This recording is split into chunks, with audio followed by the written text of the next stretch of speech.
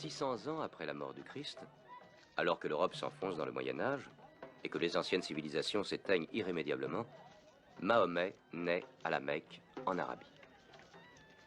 La Mecque est une ville prospère, commerçante, dirigée par des marchands dont l'opulence s'est multipliée grâce à un privilège exceptionnel. Ils abritent les dieux. Chaque année, à l'époque de la Grande Foire, les prêtres du désert placent leurs idoles et les images de leurs dieux sous la protection de la Kaaba.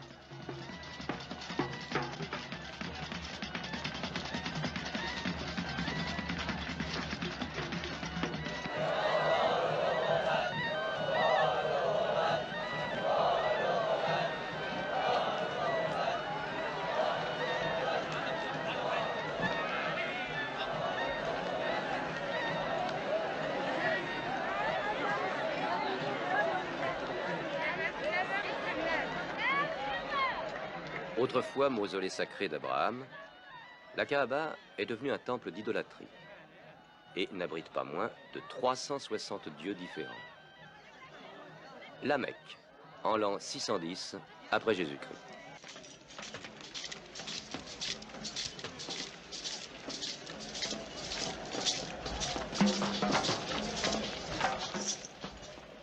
Bon. Les dieux de la Kaaba ont certaines exigences qui nous obligent à certaines dépenses.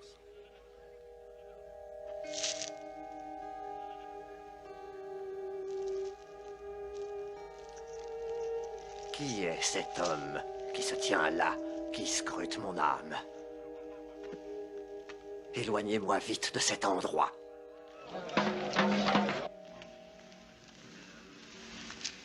Pourquoi faut-il que Mahomet descende jusqu'ici? Pourquoi ne pas l'empêcher? Allons, c'est ton neveu.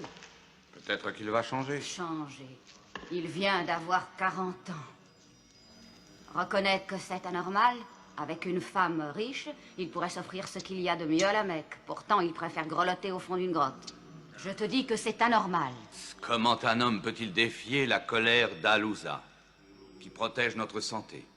Manat, la déesse de la prospérité. Allat, le dieu de notre famille et des tribus. Et Obal, qui guide nos caravanes et influence notre destin. Oser défier les dieux sous l'oreille des dieux, c'est très dangereux. Pas raisonnable. Une rébellion, et c'est blasphématoire. Oui. J'ai peur que Mahomet ne finisse par se porter grand tort.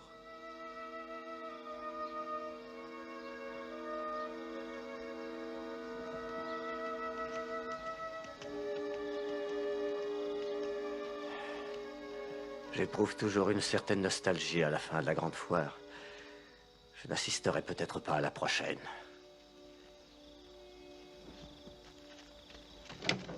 Abou Talib! Abou Talib! Allons, Zaïd, reprends ton souffle. Est-ce que Mahomet est revenu du mont Hira?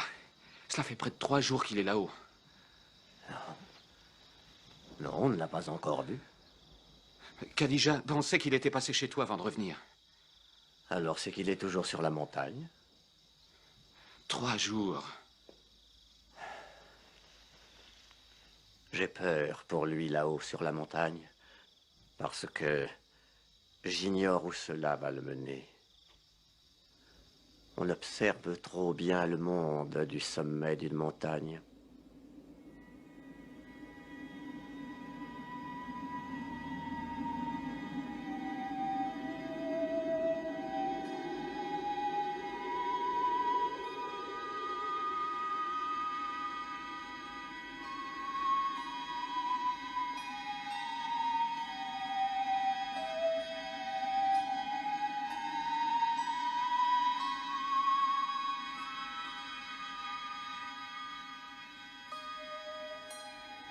Mahomet, lis. Lis de par le nom de ton Seigneur qui a créé l'homme d'un caillot de sang, qui a enseigné à l'homme ce qu'il ne savait pas. Lis.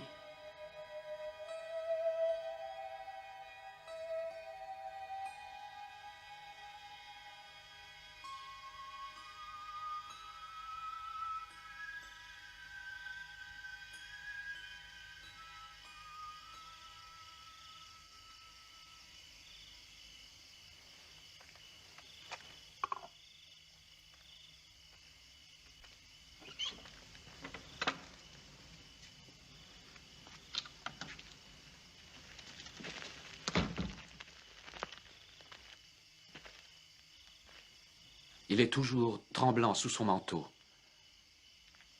Mais il a parlé. Zaïd, pourquoi est-il ainsi? Que s'est-il passé là-haut? Il était seul, au fond de la grotte. Quand soudain, un ange lui est apparu et lui a parlé.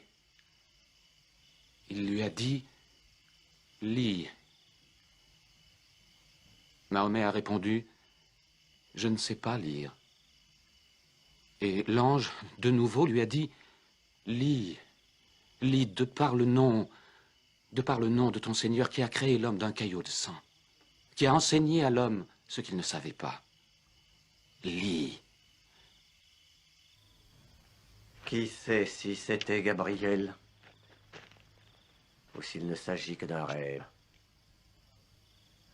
Quand Mahomet est revenu de la montagne, il a vu Gabriel de façon très nette. Il avait l'apparence de l'homme et il se tenait à l'horizon. Partout où se portait son regard, il avait beau tourner la tête, toujours il l'apercevait. Et Gabriel lui a parlé de nouveau. Oui, je suis Gabriel. Et toi, Mahomet, tu es le messager de Dieu.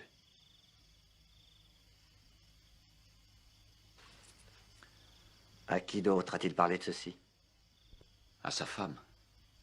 Et à Ali. Et à son ami, Aboubar. Et à toi? Je suis son fils adoptif, tu le sais. Prends garde à qui tu vas t'adresser. Dis-lui que son oncle qui l'a protégé si souvent par le passé le protégera de son mieux. Après tout, on dit que le Dieu de Moïse lui a parlé par l'intermédiaire d'un buisson.